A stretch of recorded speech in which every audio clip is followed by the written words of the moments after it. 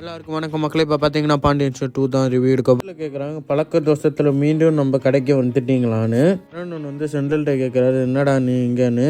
அப்புறம் ஆகாஷ் சொல்கிறார், அப்பாவை பார்க்கணும் அப்படின்றாரு. சொல்கிறார் செந்தில் வந்து அப்பாட்டேருந்து ஆசீர்வாதம் வாங்கணுன்றாரு. செந்தில் கேட்குறாரு, அப்பா எங்கே போனாருன்னு. பழனி சொல்கிறாரு, உடனே வழியை அனுப்புறதுக்காக தான் இப்போ எங்களை வந்து ஆசீர்வாதம் பண்ணிட்டு இப்போ தான் போகிறாரு. கேட்குறாரு பாண்டியன், என்னென்ன கோயில் பக்கமே வரதே இல்லை அப்படின்றாரு. அண்ணன் வேலை தான் எனக்கு சாமி, கடை தான் எனக்கு கோயில் அப்படின்றாரு. அண்ணன் சேர வழி வந்து நம்ம சரியா செஞ்சோம்னா எல்லா சாமியும் வந்து நம்மளுக்கு துணையா நிற்கும். இன்னைக்கு ஏன் பார்க்க வந்தீங்க அப்படின்னு கேட்குறாரு. உங்களை பார்க்க தான் அப்படின்றாரு. சாமி நம்ம கடையில் கொடுத்த நெய்யெல்லாம் வந்துச்சுல அப்படின்னு. ஐயர் சொல்கிறார், ஆமா வந்துருச்சு. பழனிசாமி வந்து கொடுத்து விட்டாரு. சரி ரொம்ப சந்தோஷம் அப்படின்றாரு.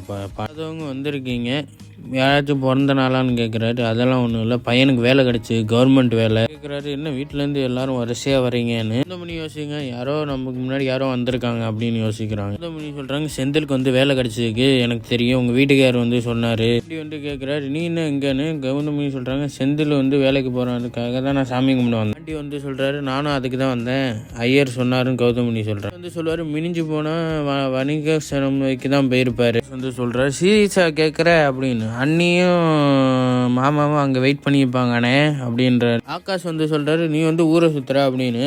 செந்தில் சொல்கிறாரு, அப்பா வந்து நான் கூட இருக்கணும் கடைசி வைக்க அப்படின்றாரு. வந்து சொல்கிறாரு, உன் கல்யாணத்தில் அப்பா கூட வந்தாரான்னு. இல்லை அப்படின்றாரு.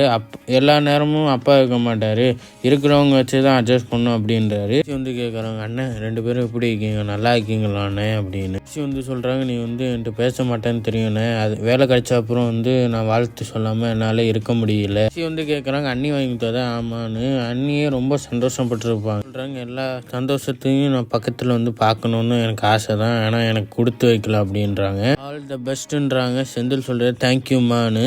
வந்து கேட்குறாரு, போகிற வீட்டில் வந்து நீ ரொம்ப நல்லா இருக்கியான்னு. நான் நல்லா இருக்கேன் அப்படின்னு சொல்கிறாங்க. அரிசி வந்து